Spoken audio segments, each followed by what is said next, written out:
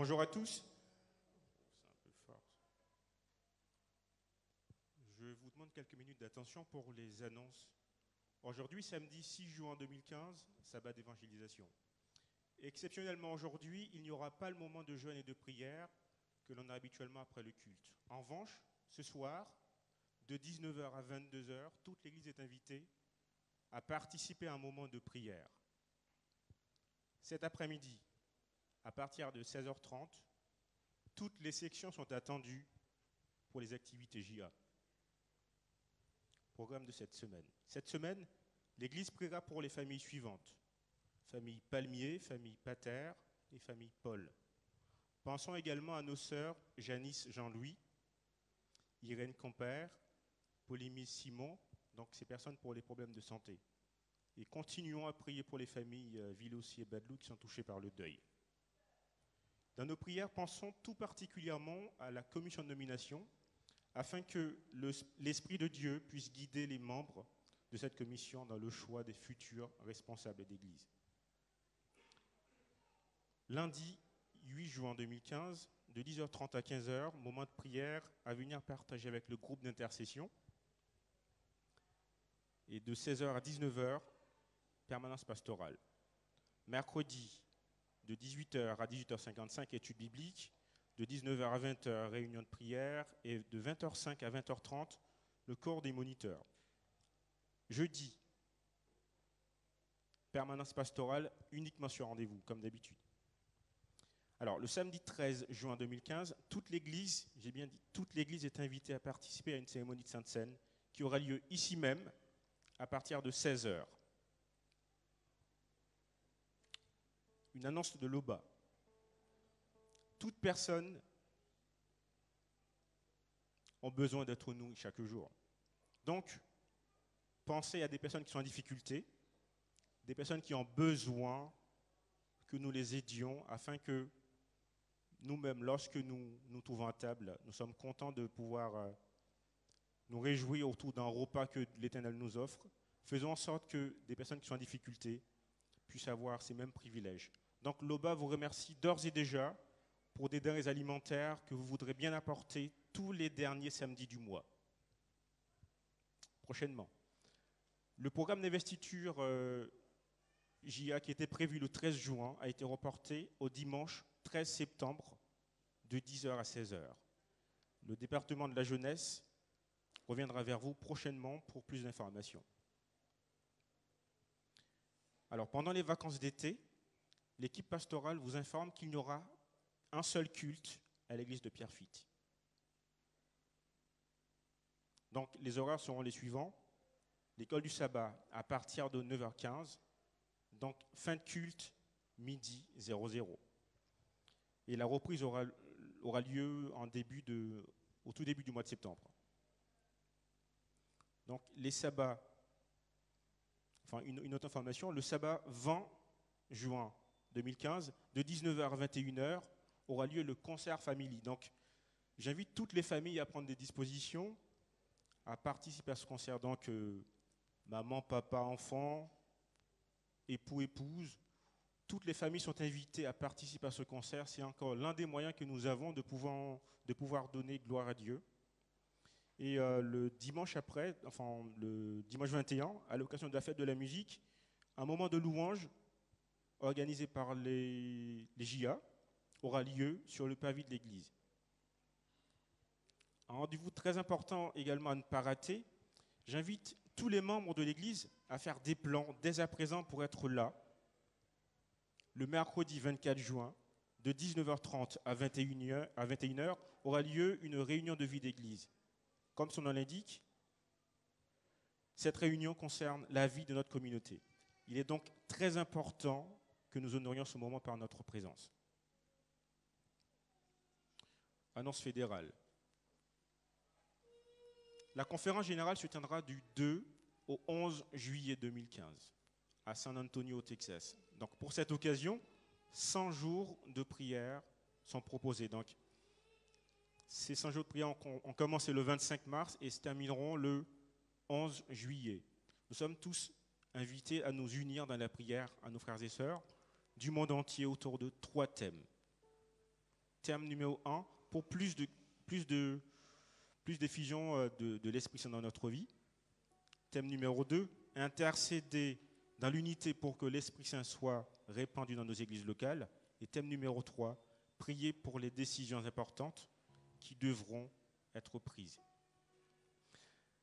Une autre annonce fédérale, la fédération nous a adressé une petite vidéo en vue de recueillir une offrande spéciale au sein de notre communauté, ici, même à l'église de Pierrefitte, aujourd'hui, le samedi 6 juin, en faveur des radios locales de l'Union franco-belge. Je vous invite pendant 1 minute à regarder cette petite vidéo.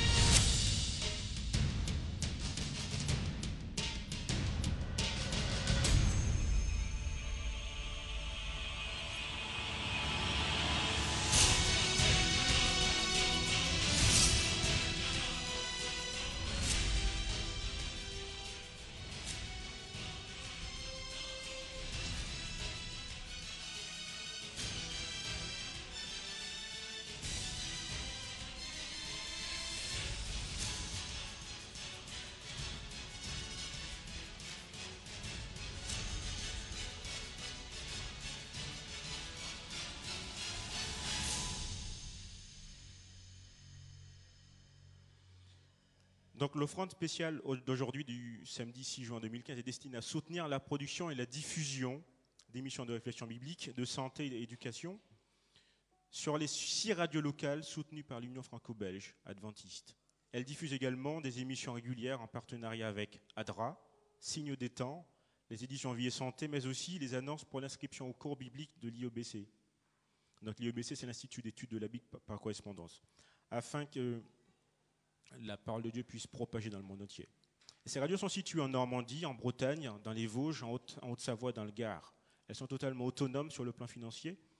Vos dons permettront donc de soutenir la production et la diffusion des programmes adventistes sur ces radios. Donc, les radios sont Radio Intervalle, Radio Semnoz, Radio Cristal, Radio Parole de Vie, Radio La Sentinelle et Radio Albatros.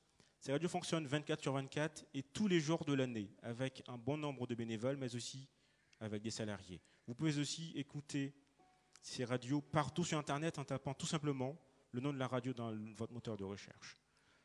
Le nombre d'auditeurs cumulés par semaine est estimé au moins à 100 000, donc pas négligeable. Vos offrandes donc permettront la poursuite de cette œuvre importante et vos prières quotidiennes seront aussi un puissant soutien à ce ministère d'accompagnement. Alors ce soir, le soleil se couchera à 21h49 et vendredi prochain à 21h54. Bon sabbat à tous.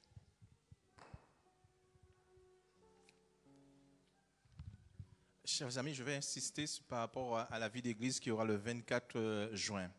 Donc, que nous, l'équipe pastorale, nous voulions que les membres soient présents parce que vous aurez la possibilité de nous poser des questions. D'accord? Donc, nous insistons que vous soyez présents ce jour-là. Voilà. Bon sabbat à vous et que attendez dans le recueillement.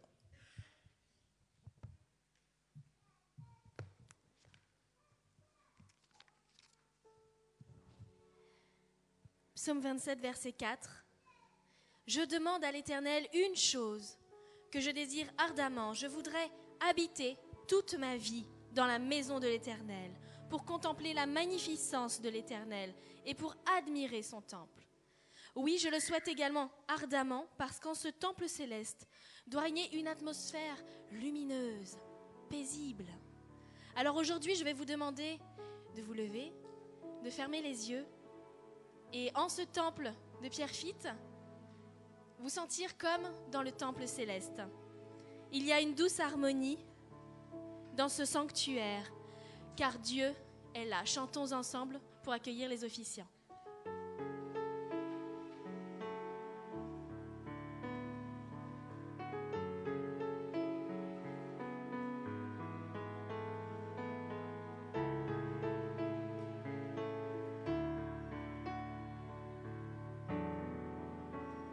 ensemble. Il y a une douce harmonie dans le sanctuaire. Il y a un calme dans cette atmosphère. Viens déposer les fardeaux que tu portes dans le sanctuaire, car Dieu est là. Il y a une douce, il y a une douce harmonie dans le sanctuaire. Il y a un calme dans cette atmosphère. Viens déposer les fardeaux que tu portes dans ce sanctuaire, car Dieu est là. Il est là. Dieu est là pour casser le jouet, porter tes lourds fardeaux. Il est là. Dieu est là pour nous donner l'espoir et nous relever. Viens déposer les fardeaux que tu portes dans ce sanctuaire, car Dieu est là.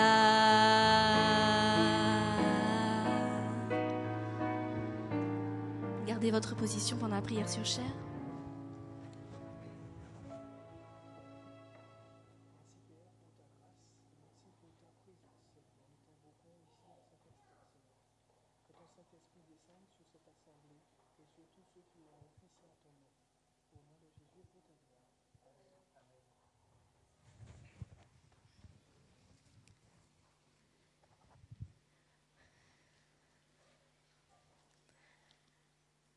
Juste, réjouissez-vous en l'Éternel. La louange sied aux hommes droits. Chantons ensemble notre doxologie.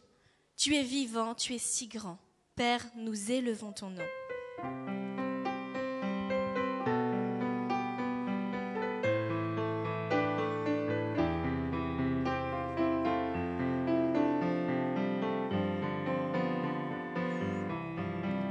Ensemble. Tu es vivant, tu es si grand, mon Dieu puissant, et nous car tu règnes éternellement. Tu es vivant, tu es si grand, mon Dieu puissant. Dans nos cœurs résonne un chant. Père, nous élevons. Père, nous élevons ton nom. Tu prends soin de nous si tendrement, et nous glorifions ton nom. De nos cœurs jaillissent des mots d'amour pour t'honorer, te louer et t'adorer. Pour t'honorer, te louer et t'adorer. Tu es vivant, tu es vivant, tu es mon Dieu puissant. Reçois, Seigneur, nos cœurs, nos vies en ton honneur. Reçois, Seigneur, nos cœurs, nos vies en ton honneur. Reçois, Seigneur, nos cœurs, nos vies en ton honneur.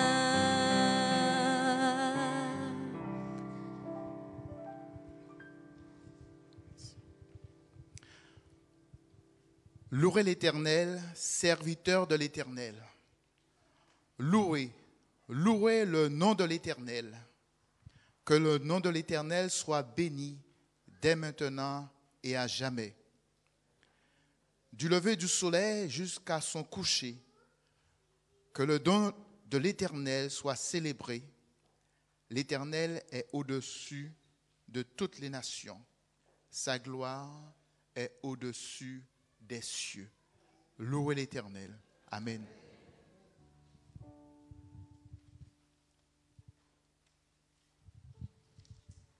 Bonjour à tous.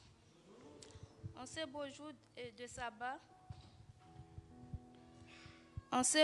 de sabbat, notre Seigneur nous a permis de venir dans sa maison pour l'adorer, malgré les difficultés que nous avons vécues durant cette semaine.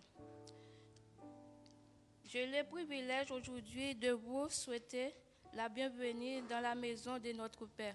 Bienvenue à tous.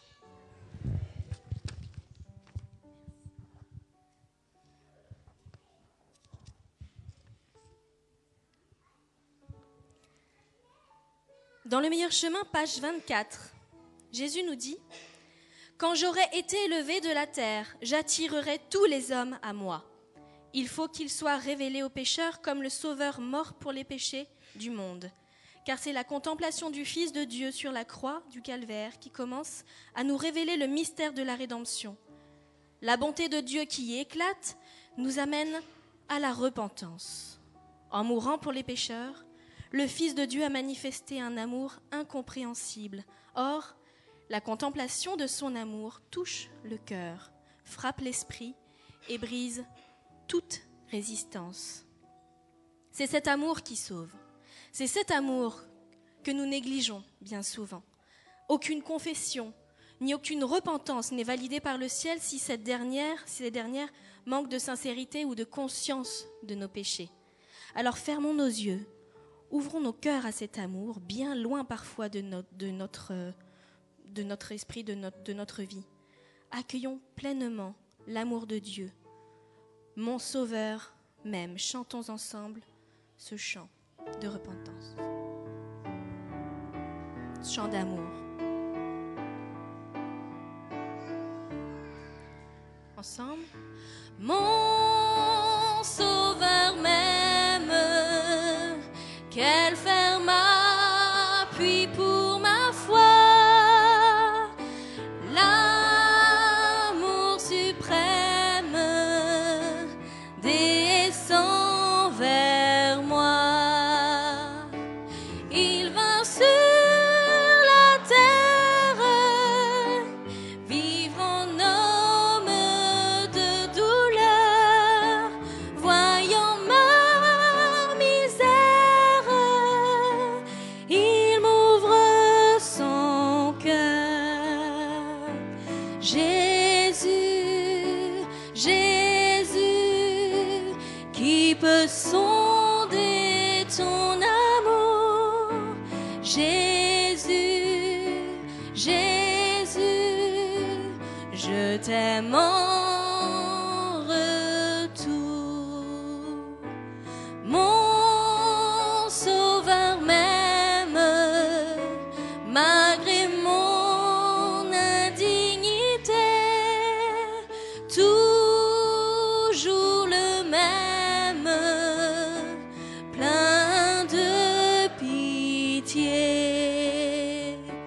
Il voit ma souffrance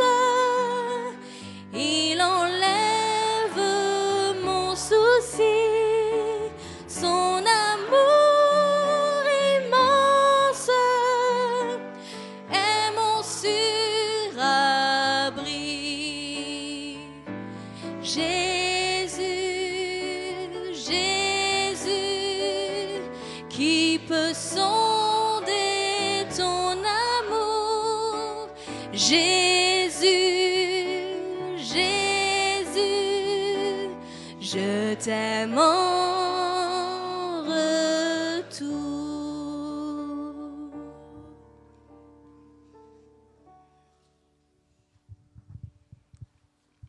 Prosternons-nous pour la prière de repentance.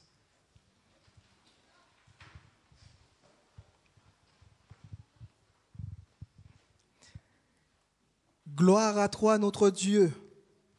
Gloire à toi, Jésus, notre divin frère. Gloire à toi, Saint-Esprit. Merci, mon Dieu, pour le sacrifice de ton Fils, ton seul et unique Fils, Jésus-Christ. Qui pourrait, Seigneur, à cette heure, comprendre et sonder la grandeur de ton amour pour chacun de nous, Seigneur. Père, nous voici ici prosternés dans ta maison. Nous venons avec nos fardeaux, nos épreuves, nos difficultés au travail, nos problèmes personnels dans nos foyers et aussi nos maladies, nos maux, nos chaînes qui nous retiennent encore captifs, Seigneur. Père, nous te demandons, Seigneur, ici dans ta maison, devant ton trône de grâce, de briser toute chaîne, de guérir, de soulager et de remplir de la puissance de ton Saint-Esprit ton peuple ici prosterné devant ta face, Seigneur.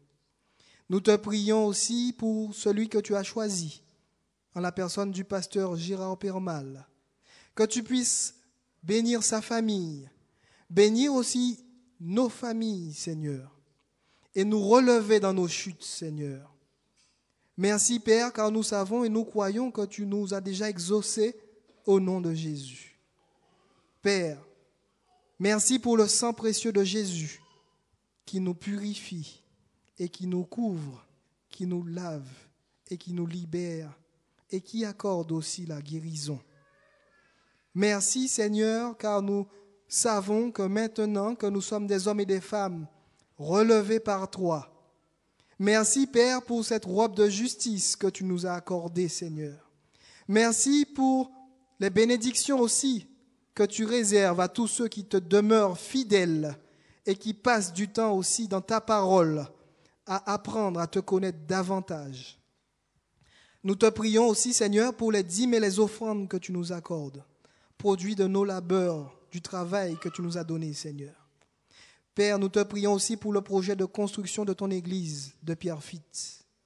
Que tu puisses nous bénir et nous accorder un emploi pour ceux qui ne travaillent pas encore, afin que nous puissions fidèlement te rendre ce qui t'est dû, Seigneur, et voire même au-delà pour ceux qui sont en mesure de te faire confiance davantage, Seigneur.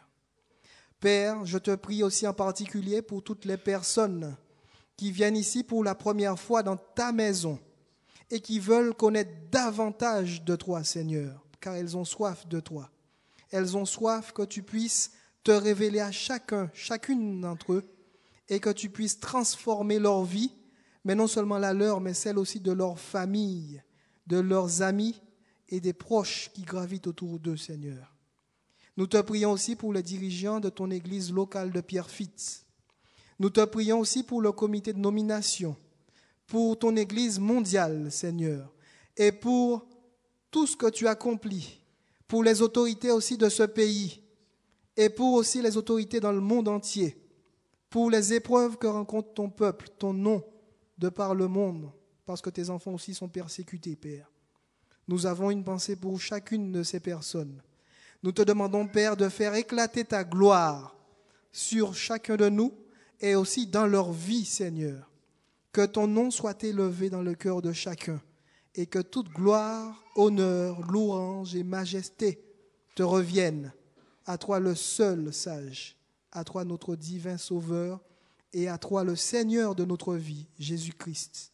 C'est en ton nom que nous t'avons prié et pour ta gloire. Amen.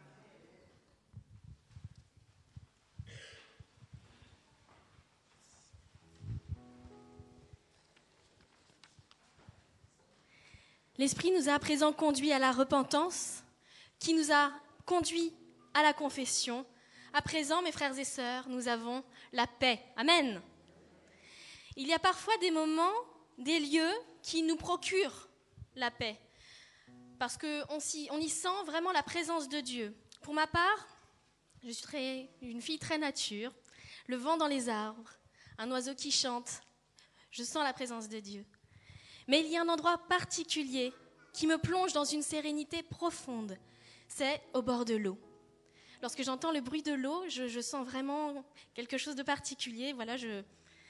Et ça, depuis toute mon enfance, depuis ma toute tendre enfance, avant même de savoir qu'un Dieu d'amour m'aimait de tout son cœur. Eh bien, cette paix de Dieu, pour moi, est-elle une rivière, un fleuve. Et rien de mieux qu'une louange pour exprimer cette présence divine dans la joie et dans la confiance. Je vous invite à prendre le numéro 306 de nos hymnes et louanges, comme un fleuve immense, et nous chanterons la première et la quatrième, la première et la troisième strophe. Comme un fleuve immense.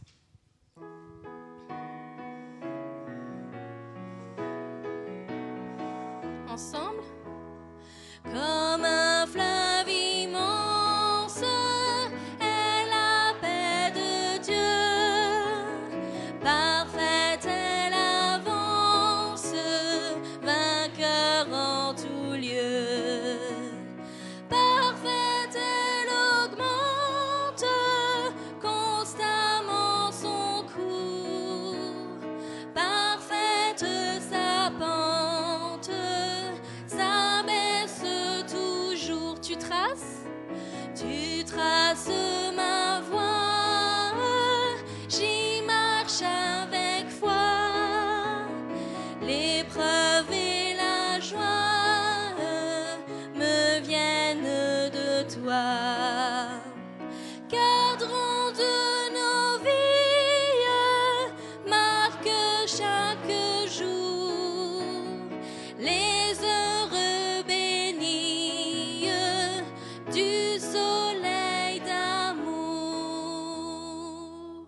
Ne ressentons pas la paix de Dieu lorsqu'on chante ce chant? Amen. Dieu est le même hier, aujourd'hui et demain. Tout comme sa parole est éternelle et immuable, le caractère du divin ne change pas. Il est parfait dans sa justice, parfait dans son amour, parfait dans sa patience envers ses enfants.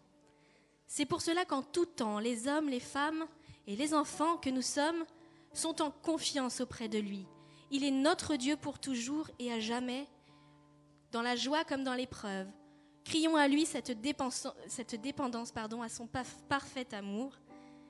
Dieu fidèle, tu ne changes pas.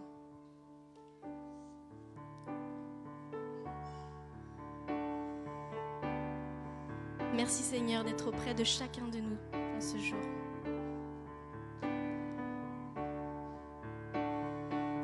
Ensemble, Dieu fidèle, tu ne changes pas. Éternel, mon rocher, ma paix, Dieu puissant, je m'appuie sur toi. Et je crie vers toi, car tu es mon Dieu. Oui, je crie vers toi, j'ai besoin de toi. Dieu fidèle, l'assemblée. Dieu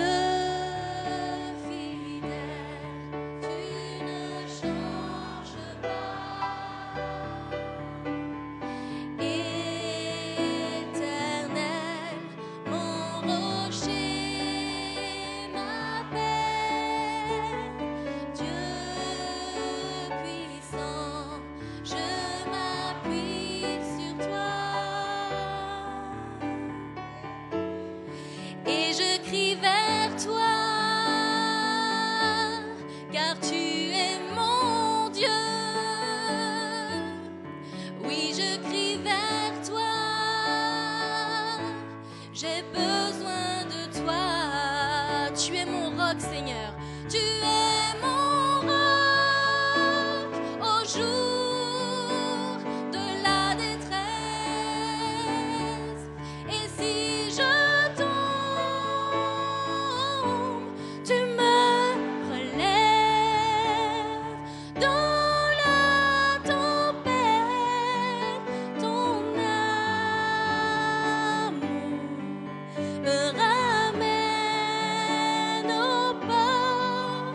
Tu es mon seul espoir, Seigneur. Tu es mon roc, l'assemblée avec force. Tu es mon roc au jour de la détresse. Et si je tombe, tu me relèves dans la tempête. Ton amour me ramène au port. Tu es mon seul espoir, Seigneur.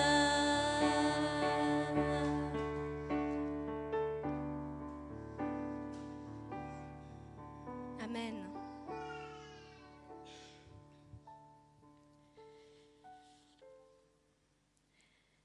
Il y a de cela quelque temps, un frère de l'église, Samuel, avait prêché sur un texte qui m'a vraiment touchée, qui est 1 Roi 17, qui parlait de la veuve de Sarepta.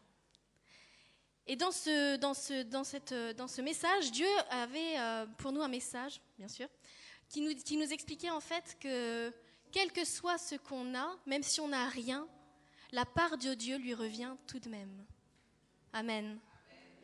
C'est une épreuve de foi que cette veuve a vécue auprès du prophète. Et elle en est ressortie bénie, bénie, bénie jusqu'à la fin de ses jours. Elle n'avait qu'un petit peu de farine, un tout petit peu d'huile pour nourrir son fils et elle-même. Et cet homme de Dieu qui est venu lui a demandé de faire avec ce qu'elle avait quelque chose juste pour lui. Et elle l'a fait. C'est un homme de Dieu. Il a mangé et elle a pu manger jusqu'à la fin de ses jours grâce à cela. Eh bien, la dîme, l'offrande, c'est la même chose.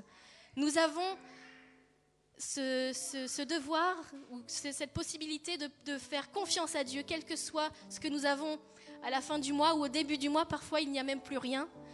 Mais Dieu est là tout le reste du temps, jusqu'à la fin du mois encore, pour être encore là jusqu'à la fin des temps, jusqu'à la fin de notre vie. Alors, pour cette dîme et ces offrandes, je vous invite à faire confiance à Dieu en chantant « Toi qui disposes de toutes choses » au numéro 190 de nos hymnes et louanges, pendant que le diaconat recueillera nos offrandes et nos dîmes.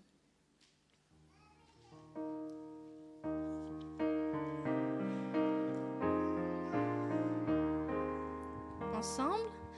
Toi qui disposes de toutes choses et nous les donnes chaque jour, reçois, ô Père, notre prière de reconnaissance et d'amour. Le don suprême, le don suprême que ta main sème, notre pardon, c'est ta paix et ta clémence, trésor immense, est le plus grand de tes bienfaits. Que par ta grâce, que par ta grâce, l'instant qui passe ne va nous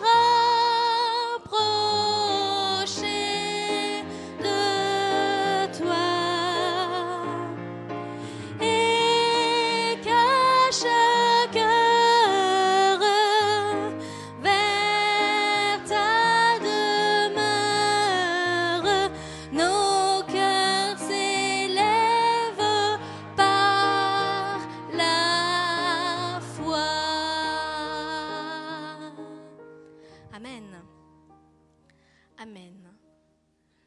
Je voudrais savoir s'il y a des enfants parmi nous. Oui, des petits, des grands, nous sommes tous des grands enfants. Je voudrais savoir si une histoire est prévue pour les enfants aujourd'hui. Oui, amen. Donc le moment de culte des enfants, puisque c'est une histoire pour les enfants, nous allons les accueillir tous, petits et grands. Alors les plus grands, vous restez quand même sur vos bancs, parce que sinon il n'y aura plus de place devant. Chantons ensemble pour les accueillir. Bonjour les enfants.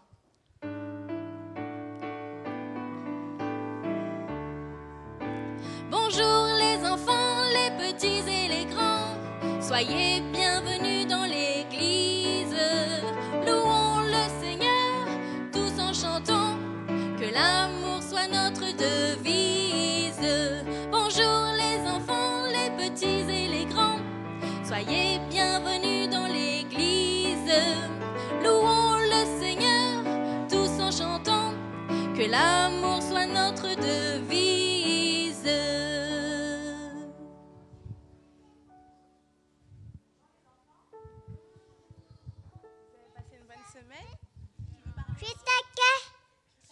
Attends, il faut pas parler dans le micro. Alors, je vois plein d'enfants d'âges différents. Est-ce que vous pouvez me donner votre âge? 9 ans. Attends. 5 ans. 9 ans. Il n'y a que des grands.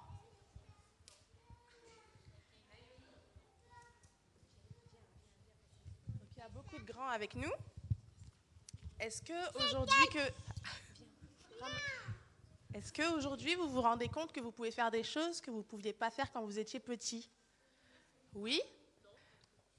Il y a des choses que vous pouvez, de grands, que vous n'arrivez toujours pas à faire? Oui? Vous aimeriez être plus grand? Je m'assois avec vous. Alors, aujourd'hui, je voudrais vous raconter une histoire pour vous expliquer que Dieu a un plan pour vous, peu importe votre âge, et que vous êtes important. Est-ce que vous vous souvenez qui a créé les animaux? Oui. Normalement, oui. Quel jour? Le 6e jour. Alors, aujourd'hui, je voudrais vous raconter l'histoire d'une chenille. Vous savez ce que c'est qu'une chenille? Donc, pour ceux qui ne savent pas, ça ressemble à ça. Pour ceux qui ne savent pas, ça ressemble à ça. Donc, c'est une chenille qui s'appelle Ernie. Vous voyez, elle est triste. Elle est triste parce qu'elle se sent ordinaire. Vous savez ce que ça veut dire? Oui. Qu'est-ce que ça veut dire? Elle se sent simple. Elle ne se sent pas très extraordinaire, quoi. Elle ne voit pas qu'elle a des petites rayures, des petits pois comme les autres. Elle ne se sent pas jolie. Et cette chenille va demander à Dieu pourquoi est-ce qu'elle est aussi ordinaire. Et demander à Dieu ça, c'est quelque chose qui n'est pas ordinaire. S'adresser à Dieu, c'est quelque chose d'important. Vous êtes d'accord? Alors, le soir, elle demande à Dieu pourquoi est-ce qu'elle l'a fait aussi ordinaire. Et Dieu lui répond qu'il l'aime comme elle est et lui demande d'attendre ce qu'il va faire pour elle. Alors, elle se sent mieux jusqu'au lendemain matin où elle croise une fourmi. Vous voyez? Une fourmi qui porte une... Vous savez comment les fourmis sont petites et elles savent porter de très lourdes choses. Alors elle se dit, mais pourquoi est-ce que tu es aussi forte? Et la fourmi lui répond, c'est Dieu qui m'a fait ainsi. Et donc elle dit, mais Seigneur, pourquoi est-ce que moi je ne suis pas forte comme la fourmi? Je suis vraiment ordinaire. Et Dieu lui demande d'attendre. Vous voyez tous? Et Dieu lui demande d'attendre de voir ce qu'il va faire. Alors elle se reprend un petit peu, elle continue sa route, et là elle croise un escargot. Vous connaissez ce que c'est qu'un escargot? Et l'escargot, il pleuvait, et il leur dit, c'est bien dommage que vous n'ayez pas une maison comme moi, vous seriez au sec. Et là encore, elle se dit, ah là là, mais Dieu, pourquoi il ne m'a pas donné cette petite maison, cette petite coquille? Et Dieu lui redit, attends de voir ce que je vais faire. Attends. Elle croise enfin une coccinelle. Vous la voyez? Vous avez déjà vu une coccinelle? Donc elle se dit, oh là là, qu'est-ce qu'elle est jolie cette coccinelle. J'aimerais bien être comme elle. Et elle lui dit, mais tu es super jolie. Qui t'a fait comme ça? Et la coccinelle lui répond, c'est Dieu qui m'a fait aussi belle. Alors ce soir-là, la chenille, vous vous souvenez d'elle? Elle repense à tout ce qu'elle a vu. Elle n'a pas de taches, pas de rayures, elle ne sait rien porter, elle n'a pas de maison. Alors elle dit, Seigneur, excuse-moi, tu m'as dit d'attendre, mais vraiment, pourquoi tu m'as fait comme ça? Je suis vraiment ordinaire. Et Dieu lui dit, je t'aime comme tu es, attends de voir ce que je vais faire. Donc elle prie encore, elle s'adresse à Dieu, et Dieu lui demande d'attendre. Ce soir-là, une fois qu'elle a fini de prier, elle s'endort, comme ça, à sa petite feuille, et puis elle dit, bon, ben, Seigneur, j'accepte que je sois comme je suis, puisque tu m'aimes, je suis importante. Et vous savez ce qui va se passer le lendemain? Oui, elle va devenir un papillon. Ben, d'abord, elle va rêver. Elle va rêver dans la nuit, qu'elle soit forte comme la fourmi, qu'elle ait une maison comme l'escargot, et qu'elle soit jolie comme la coccinelle. Et le lendemain, elle se sent toute coincée, elle ne comprend pas. Et son amie demande où elle est, puis elle se tortille, elle finit par tomber, et son petit cocon se fend, et elle sent des chatouilles dans le dos. Vous avez déjà deviné? Oui, un papillon. Qu'elle devient un papillon. Et donc là, attends, je te la donne après. Et donc là, elle se rend compte qu'elle se trouve magnifique et qu'effectivement, elle n'aurait pas voulu être une coccinelle ou un escargot ou, qu'est-ce qu'elle a croisé encore? Ou une fourmi, et qu'elle aime ce que Dieu a fait d'elle. Donc elle court voir son amie pour lui annoncer la bonne nouvelle. Donc, est-ce que vous avez vu ce que Dieu a fait pour Hermie? Oui, c'était beau? Ça valait le coup d'attendre? Alors, cette histoire ce matin, c'était pour vous dire que même si vous vous sentez petit, ordinaire, que parce que Dieu vous aime, souvenez-vous toujours que vous êtes important, que vous avez de la valeur et que peu importe ce que vous voyez aujourd'hui, Dieu fera de vous des personnes magnifiques. N'hésitez pas, comme Hermie, à lui parler de vos soucis, faites-lui confiance et il prendra soin de vous comme il a pris soin d'une petite chenille. Voilà. Alors, je voudrais prier avec vous. Est-ce qu'il y a un enfant qui veut prier ce matin? Nathan?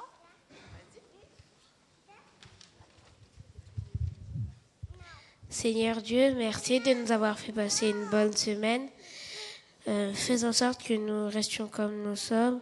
Au nom de Jésus, je te prie pour ta gloire. Amen. Bonne semaine, les enfants.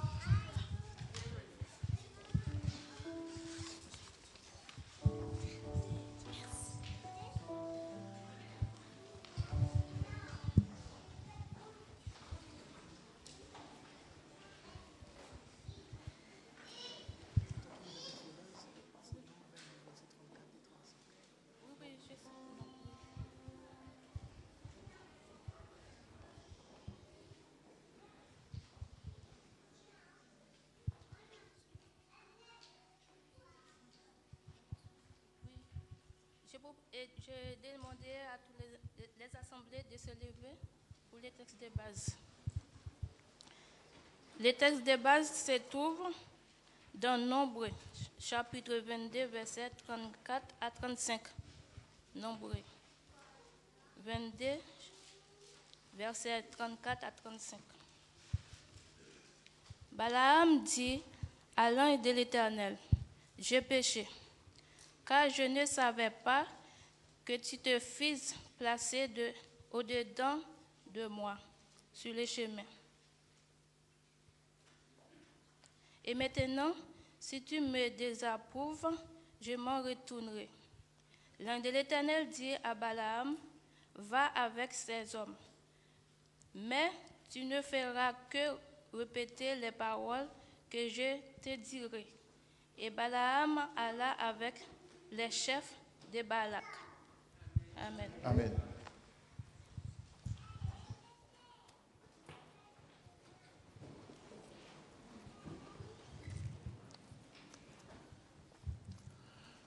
Chers frères et sœurs,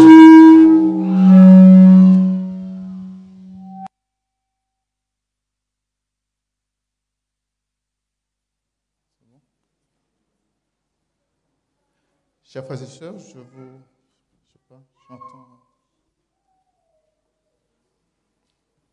C'est bon? J'ai l'impression que je parle dans mon oreille.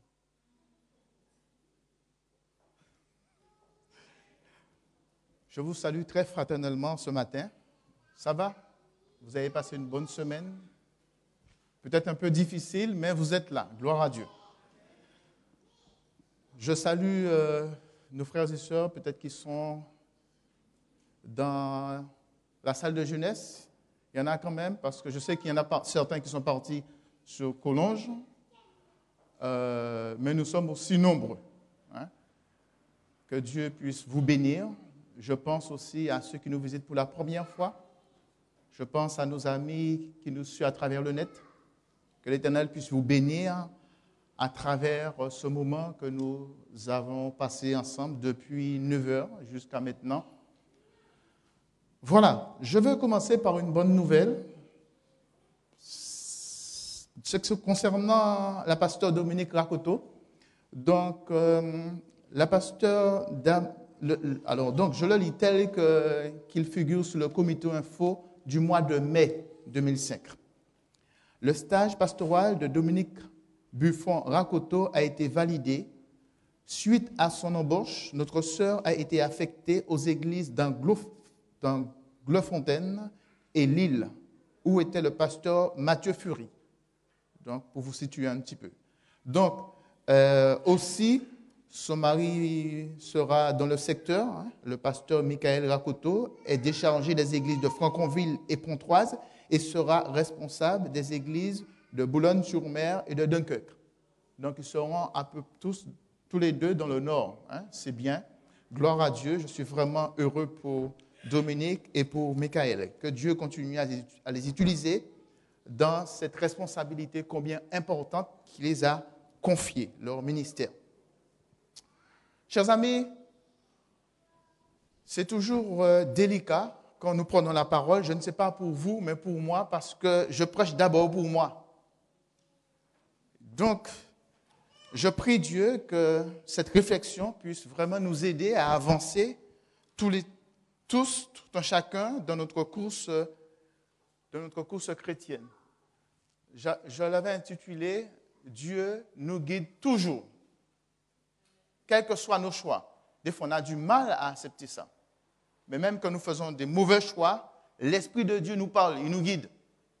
Et c'est une assurance, c'est une bonne nouvelle. Parce qu'en général, dans la vie, quand on n'obéit pas, on nous laisse tomber. On nous dit, bon, je lui ai déjà parlé une fois, 2 fois, qu'il continue à faire sa route. Mais Dieu n'est pas un homme.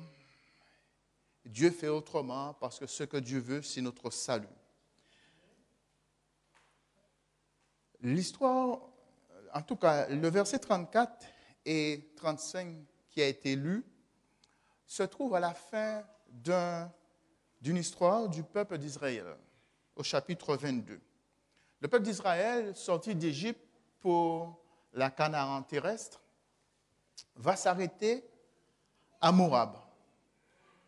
Et à Moab, les habitants de Moab et le roi de Moab, Balak, ils voient le peuple grandir et le peuple commence à justement profiter des biens de leur ville, de leur pays. Il est inquiet, le roi. Et le roi, il va réfléchir, il va dire, écoute, appelle Balaam, un devin, pour justement maudire ce peuple, afin que ce peuple puisse pas croître, mais que toute la richesse, tout ce qui est bien, puisse rester au peuple de Moab. Et voilà que Balak envoie ses serviteurs voir Balaam et fasse une proposition à Balaam. Et dit à Balaam de venir. Balaam dit non. Je ne viendrai pas parce que Dieu m'a dit de ne pas venir. Alors Balak dit, comment il va faire pour le faire venir? Il va réfléchir. Et il va dire, je te rendrai beaucoup de bonheur. Autrement dit, littéralement, je te glorifierai de beaucoup de gloire. Et là, Balaam réfléchit, il dit, écoute, reste là, je vais prier Dieu. Et Dieu va me répondre. Ça nous arrive souvent, mes amis, ce genre de situation que Balaam vit. On connaît la voix de Dieu. Hein? On sait ce que Dieu nous a déjà dit. On prie, le Seigneur nous dit non. Et puis la personne revient à la charge ou en présentant ça différemment.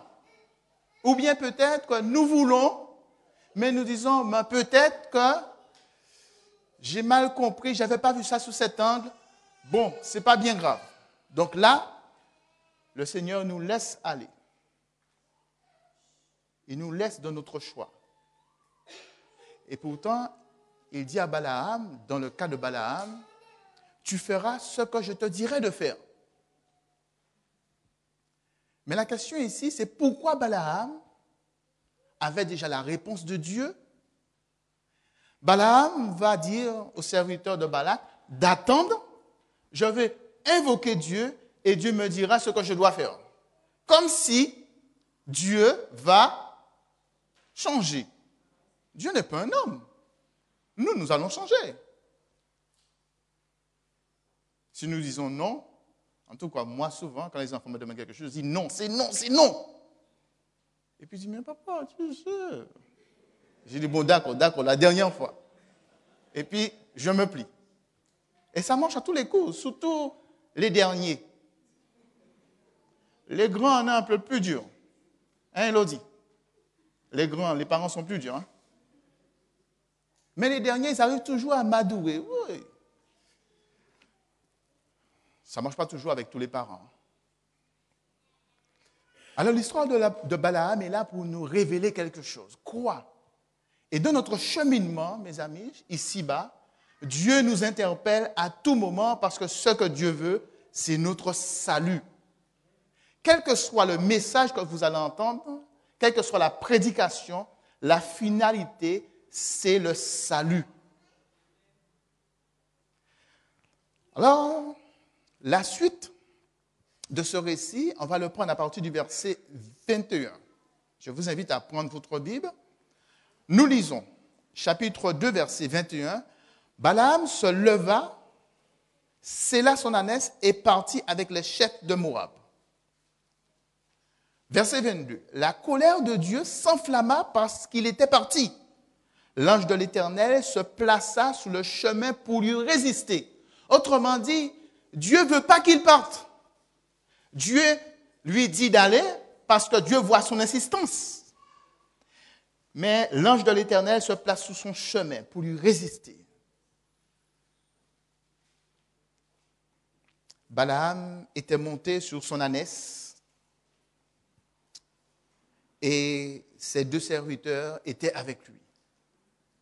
Le texte biblique nous dit, l'ânesse vit l'ange de l'Éternel qui se tenait sur le chemin, son épée nue dans la main, elle se détourna du chemin et alla dans les champs.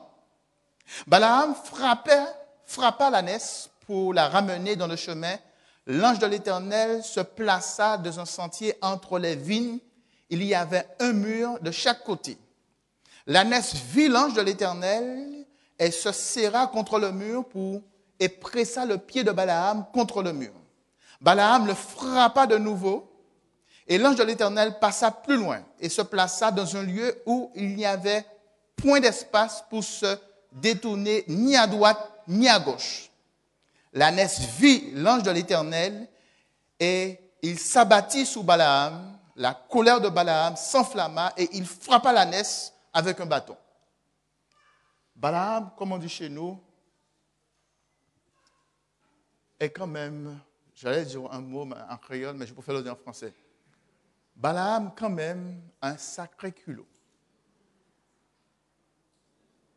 Malgré que l'ange de l'Éternel intervient, même l'âne voit l'ange de l'Éternel et Balaam ne le voit pas. C'est pour vous dire dans quelle situation il est, dans sa tête, dans son raisonnement. Et le texte biblique là, ce récit est là pour nous enseigner quelque chose. Premièrement, pour nous dire que Dieu nous conduit. Deuxièmement, pour nous dire que nous avons une responsabilité qui implique un choix. Et troisièmement, Dieu va faire l'impossible pour nous sauver. Si nous ne sommes pas sauvés, c'est parce que nous ne voulons pas être sauvés. Et là, dans la situation de Balaam, Balaam ne voit pas l'ange. Pourtant, l'ânesse voit l'ange. Pendant 3 fois, il va taper l'âne. Et remarquez bien, dans ce texte, il est dit, l'ange de l'Éternel qui se tenait sur le chemin, son épée nue dans la main, et elle se détourna du chemin. Donc, il voit l'ange, il va faire un autre chemin, prendre un autre chemin parce qu'il y a quelque chose d'anormal. Il alla dans le champ. Balaam frappa l'ânesse pour la ramener dans le chemin. Il frappe. Qu'est-ce qui se passe dans la tête de Balaam au point de frapper? Et mes amis, chaque fois que nous, des fois, un frère ou une soeur peut venir nous dire, ou un parent, écoute, ce que tu fais n'est pas bien. Nous voulons rester dans notre dynamique. Nous frappons la personne. Nous ne frappons pas avec des coups de poing, mais nous le frappons avec la langue. Dieu utilise qui il veut pour nous parler. Au lieu de dire, Seigneur, parle, ton serviteur t'écoute, mais nous frappons avec la langue. Ensuite, l'ange de l'Éternel se plaça dans un sentier entre les vignes. Il y avait un mur de chaque côté. L'ânesse vit l'ange de l'Éternel. Elle se serra contre le mur et pressa les pieds de Balaam contre le mur. Balaam le frappa de nouveau. Dieu va utiliser des fois des personnes pour nous parler à tel point, quand la personne nous dit une vérité ou quelque chose qui nous touche, ça nous blesse, ça nous fait mal. Mais on continue à frapper la personne. Au lieu de dire, Seigneur, merci, merci pour ce que tu m'as révélé, mais nous continuons à frapper la personne. Troisièmement, l'ange de l'Éternel passa plus loin et se plaça dans un lieu où il n'y avait point d'espace pour se détourner à droite ou à gauche. L'ânesse vit l'ange de l'Éternel et s'abattit sur Balaam. La colère de Balaam s'enflamma. Il frappa l'ânesse avec un bâton. L'ânesse va se plier parce qu'elle s'en rend compte qu'il y a quelque chose. Et pendant 3 fois, Balaam va frapper l'ânesse. Pendant 3 fois, l'ange de l'Éternel va intervenir pour sauver Balaam. Comme Dieu, pendant X fois, Dieu nous interpelle pour nous sauver, pour que nous puissions entendre son message de salut, parce qu'il veut nous sauver. Mais nous nous entêtons dans notre situation. Balaam avait un problème. Balaam est resté sur ce qu'il pensait être bon pour lui. Peut-être la deuxième proposition était vraiment alléchante. Je te glorifierai de plein de gloire. Qui d'entre nous n'aime pas la gloire? Si monsieur Hollande rentrait là et il allait s'asseoir à côté de vous, comment vous allez vous sentir? Soyons honnêtes. Moi, je regarderai la caméra et j'aurais immortalisé ça, humainement parlant. Parce que c'est quelqu'un d'important, c'est quelqu'un qu'on ne voit pas tous les jours, c'est une occasion, même si on n'aime pas Johnny, mais si Johnny passe dans la rue, eh bien, on sera content de discuter avec Johnny. Et de dire, ah, j'ai rencontré Johnny. Ça vous est jamais arrivé à l'aéroport de rencontrer des personnes, des stars, Un jour, j'ai rencontré Yannick Noah. Et j'attendais. Je croyais qu'il allait passer devant moi pour lui dire un petit bonjour. Mais il a fait... Et j'ai attendu là. Mais j'ai dit, mince. C'est normal. Qui sait n'aime pas être glorifié, qui n'aime pas être glorifié. Alors mes amis, là, la situation elle est catastrophique pour Balaam. Et c'est important pour nous de comprendre sa situation parce que Balaam est dans les ténèbres. Là. Sa vision est dans les ténèbres. Balaam n'est pas dans la lumière. Et tout ce qu'on va faire, tous les moyens que Dieu va utiliser, il ne va pas voir que Dieu essaie de le sauver. Il en est de même pour nous, mes amis. Nous entendons message sur message pour une reconsécration à Dieu. Nous entendons message sur message pour justement se donner pleinement à Dieu, donner son cœur à Dieu. Qu'est-ce que nous faisons? Nous résistons. Nous disons, nous ne sommes pas prêts. Il y a trop de choses dans ma vie à changer. Au lieu d'accepter ce que Dieu nous dit et faire ce qu'il faut. Balaam est dans le ténèbre. Dieu guide Balaam comme Dieu guide chacun de ses enfants, quel que soit leur choix. Verset 28. L'Éternel ouvrit la bouche de l'ânesse et elle dit à Balaam, « Que t'ai-je fait pour que tu m'aies frappé déjà 3 fois? » Balaam répondit à l'ânesse, « C'est parce que tu t'es moqué de moi. Et si j'avais une épée dans la main, je te tuerais à l'instant. » L'ânesse dit à Balaam, « Ne suis-je pas ton ânesse que tu as de tout temps monté jusqu'à ce jour? Ai-je l'habitude de te faire ainsi? » Et il répondit, « Non. » L'ânesse va se mettre à parler avec Balaam. Dieu est prêt à faire parler une ânesse pour nous sauver. Mais nous restons de notre situation, mes amis. Nous pouvons être assis à l'église là et être perdus. Et Dieu va parler par une ânesse pour nous dire, réveillez-vous, soyez sincères dans votre foi. Ne continuez pas ainsi. Non, nous continuons ainsi. Chaque sabbat, on est là. Chaque sabbat, on participe. Et on croit que Jésus reviendra, il dira, venez. Sinon, Jésus doit demander des excuses. Dieu doit demander des excuses à Sodome, Gomorrhe, à tous ceux qui... Non. Dieu ouvre la bouche de l'ânesse pour qu'il puisse parler à Balaam. Et l'ânesse va créer une communication, va créer quelque chose chez Balaam. Parce que Balaam va répondre, ai-je l'habitude de te faire ainsi, de te faire ainsi, dit l'ânesse, et Balaam va dire non. Autrement dit, il y a quelque chose qui est quand même, il y a une petite flamme qui est là. Parce qu'il reconnaît quand même que l'ânesse, il agit bien. Est-ce qu'il y a un petit quelque chose qui nous dit, mais si le Seigneur a fait tant, c'est qu'il veut me sauver? Est-ce qu'il y a une petite flamme qui s'allume toujours, qui n'est pas encore éteinte, la braise qui est là?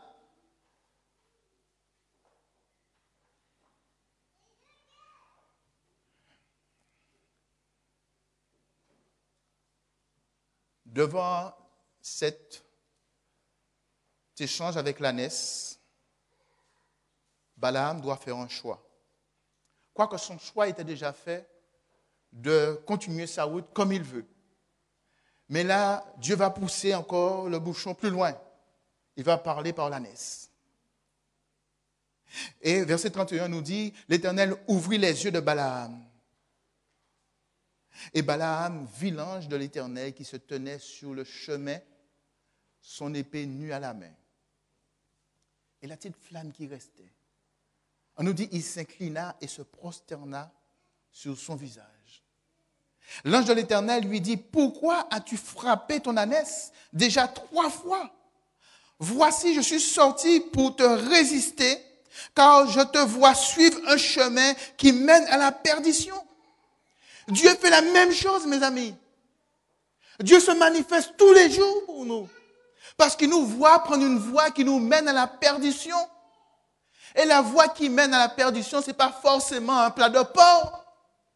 C'est quand je m'installe dans une pratique, dans quelque chose qui devient normal pour moi.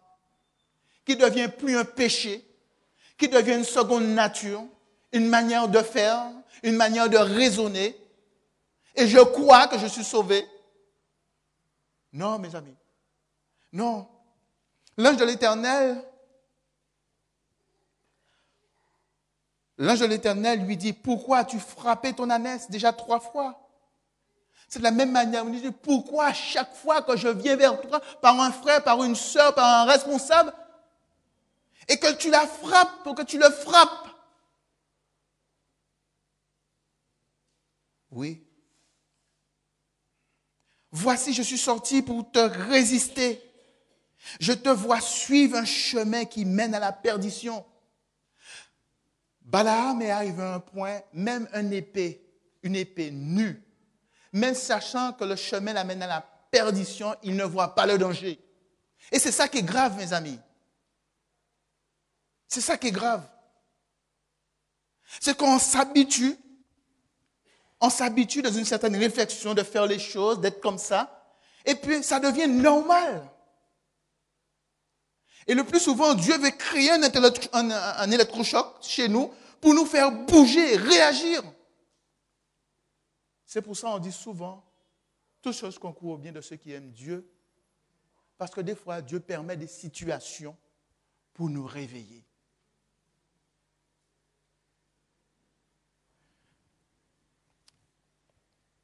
L'ânesse m'a vu et elle s'est détournée, dit l'ange de l'Éternel. Elle s'est détournée devant moi déjà 3 fois. Si elle ne s'était pas détournée de moi, je t'aurais même tué et je lui aurais laissé la vie. Vous allez jusqu'à quel point que Dieu va, mes amis. Balaam dit à l'ange de l'Éternel, j'ai péché, car je ne savais pas que tu étais placé devant moi, au-devant de moi, sur le chemin. Et maintenant, si tu désapprouves, autrement dit, de manière littérale, si j'agis mal à tes yeux, je m'en retournerai. Et là, mes amis,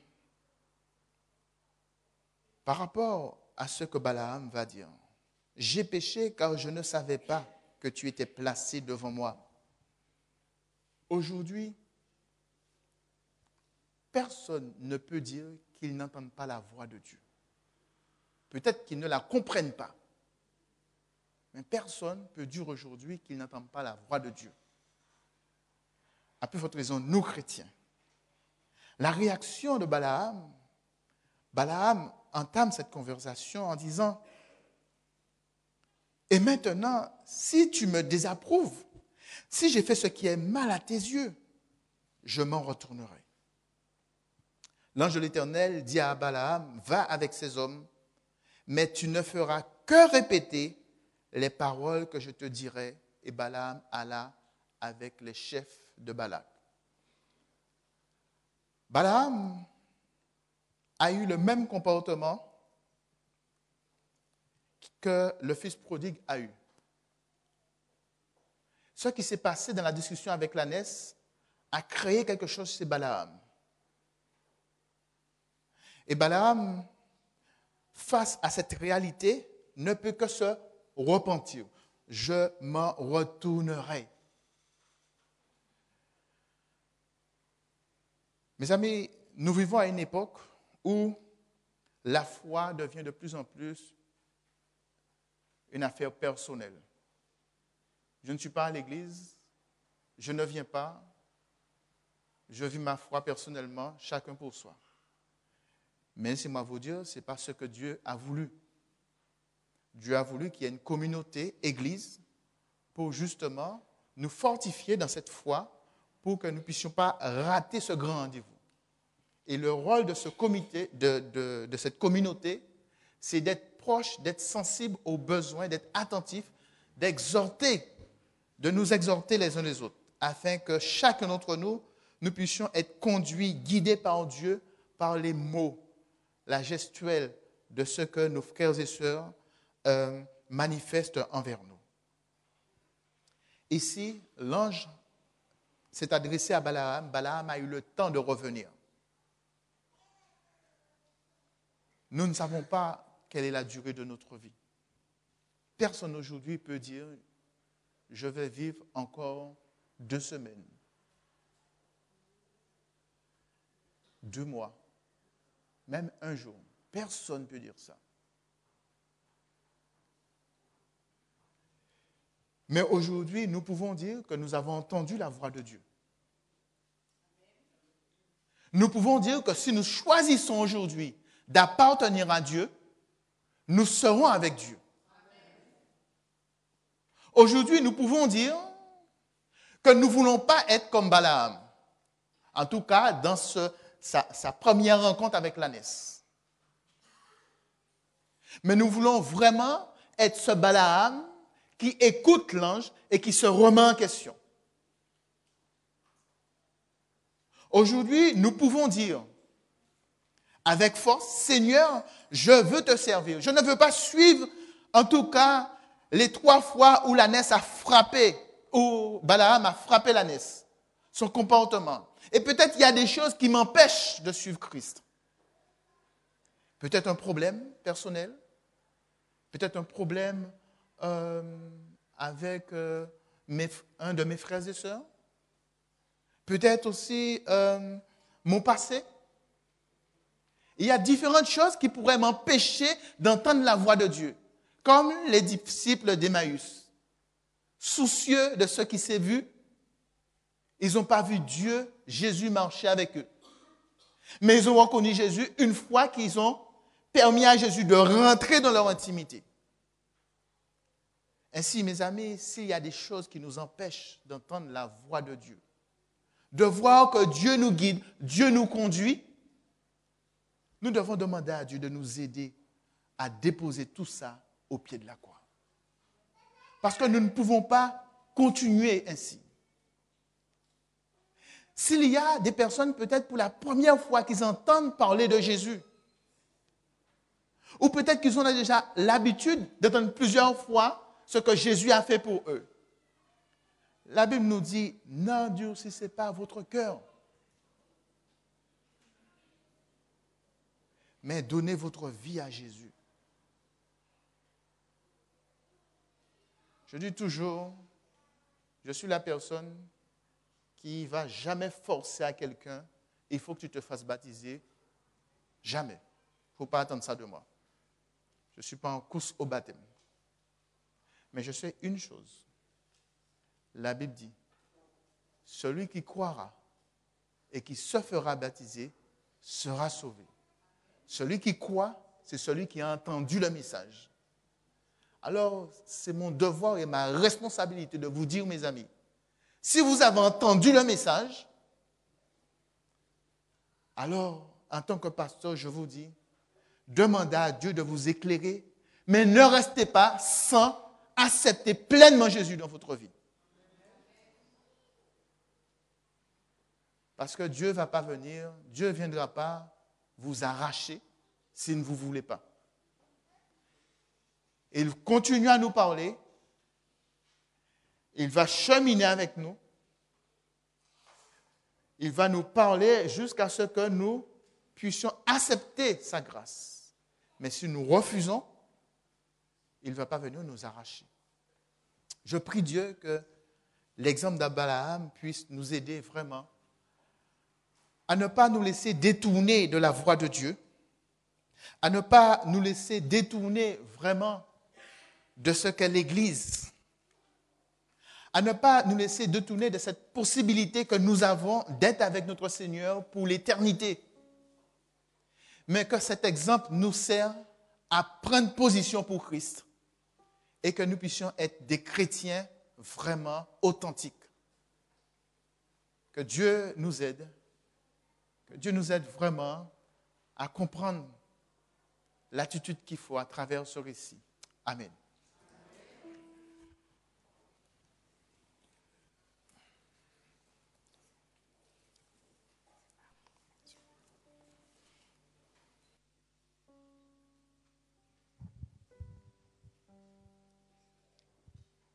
Nous connaissons un guide infaillible qui constamment veille sur chacun d'entre nous. Je vous invite à vous lever et nous chanterons la première et la 4e strophe du chant du cantique 291. Je connais un guide.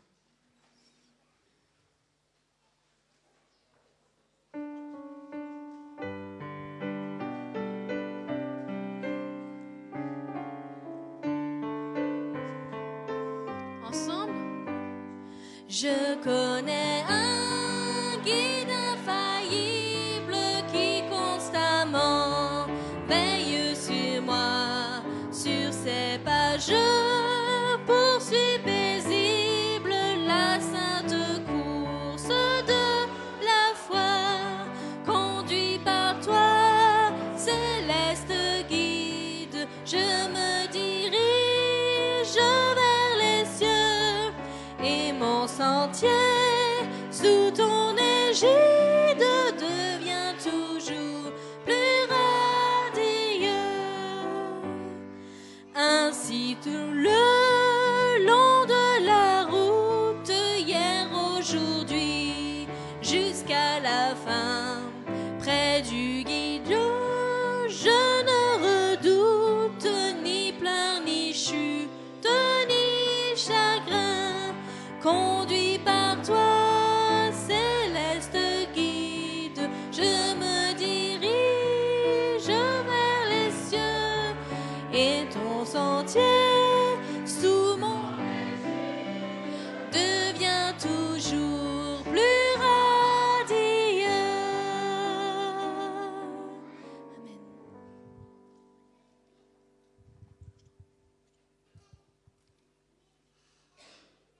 Éternel, notre Dieu, notre Père qui êtes aux cieux, c'est avec un cœur reconnaissant que nous nous adressons à toi en ce matin pour te dire merci pour les conseils que tu nous donnes en ce jour. Nous voulons te servir, nous voulons marcher dignement devant ta face. Nous voulons être sauvés quand tu vas revenir. Daignes-tu nous aider à ne pas être rebelles quand tu nous appelles, mais à être conscients que tu veuilles nous sauver et nous donner la vie éternelle. Rends-nous forts et vaillants en toi chaque jour. Aide-nous à ne pas résister à ton appel. Donne-nous, Seigneur, de l'intelligence afin que nous puissions comprendre quelle est la hauteur, la grandeur, la profondeur de l'amour de Dieu manifesté en Jésus-Christ pour nous. Père éternel, alors que nous devons chacun nous rendre chez nous, daignes-tu nous bénir abondamment. Daignes-tu nous aider à ne pas oublier ce que nous avons entendu aujourd'hui. Bénis chacun de nous. Rends-nous forts et vaillants en toi. Nous t'avons prié non pas ce que nous ayons des mérites, mais c'est dans le doux nom précieux de ton Fils bien-aimé Jésus-Christ. Et que toute gloire soit rendue au Père, au Fils et au Saint-Esprit. Amen.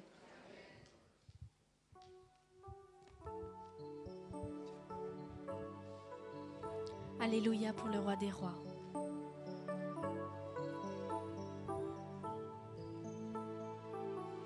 Ensemble. Alléluia,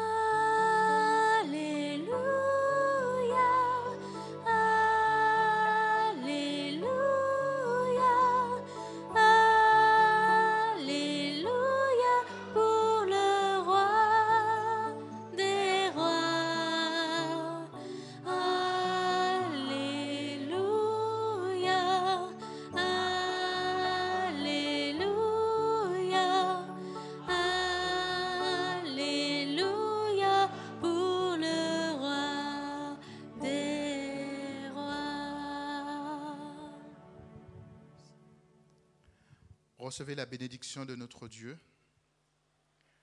Que l'amour de notre Dieu, que sa grâce nous inonde. Que par son Saint-Esprit, nous soyons guidés en tout temps et que sa paix soit dans notre cœur. Merci au bon Père de ces bénédictions que tu déverses dans nos vies. Au nom de Jésus. Amen.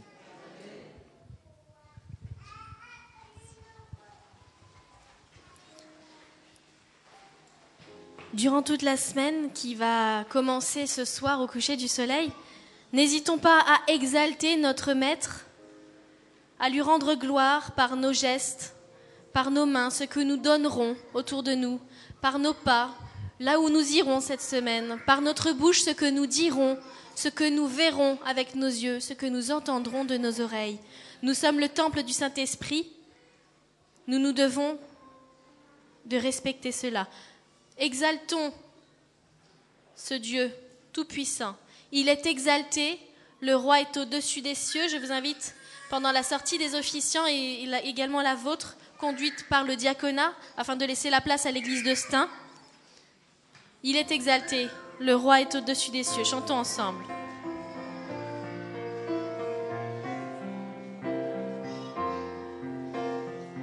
Ensemble. Il est exalté, le roi est au-dessus des cieux. Je veux le louer, il est élevé à jamais exalté et je loue son saint nom. Il est Seigneur, il est Seigneur, sa vérité régnera. Tout l'univers se réjouit dans son saint nom. Il est exalté, le roi est au-dessus des cieux. Ensemble, l'assemblée. Il est exalté, le roi est au-dessus des cieux. Je veux le louer, il est élevé à jamais exalté et je loue son saint nom. Il est Seigneur, sa vérité régnera. Tout l'univers se réjouit dans son saint nom. Il est exalté, le roi est au-dessus des cieux. Il est exalté. Il est exalté, le roi est au-dessus des cieux. Il est exalté, le roi est au-dessus des cieux. Amen.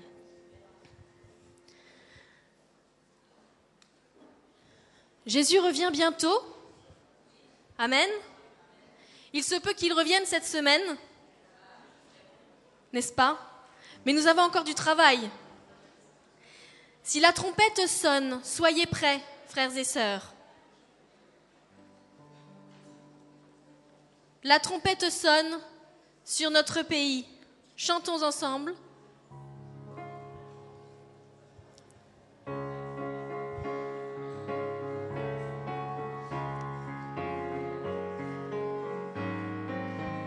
Ensemble, la trompette sonne. La trompette sonne sur notre pays. Préparez-vous, mes enfants. La trompette sonne sur notre pays. Rassemblez-vous pour prier ensemble, pour chercher ma face, implorer ma grâce, élever mon nom, recevoir mes dons. Unissez-vous, mon esprit viendra sur vous.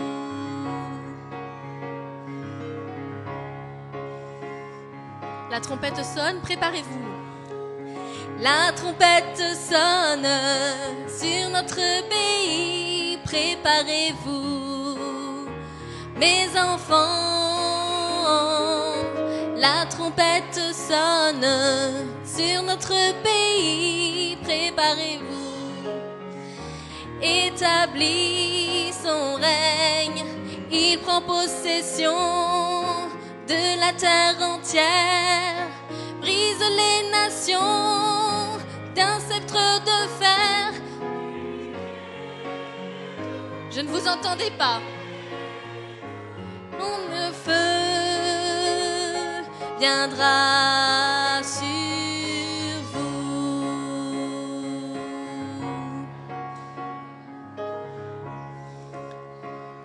Réveillez-vous. La trompette sonne sur notre pays. Réveillez-vous, mes enfants. La trompette sonne sur notre pays. Réveillez-vous, car voici l'époux.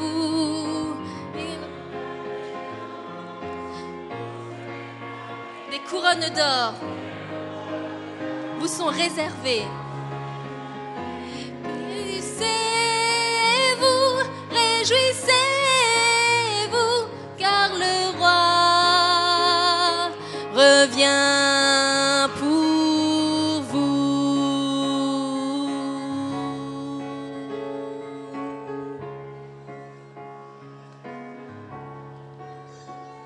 Bon sabbat à vous et bonne semaine.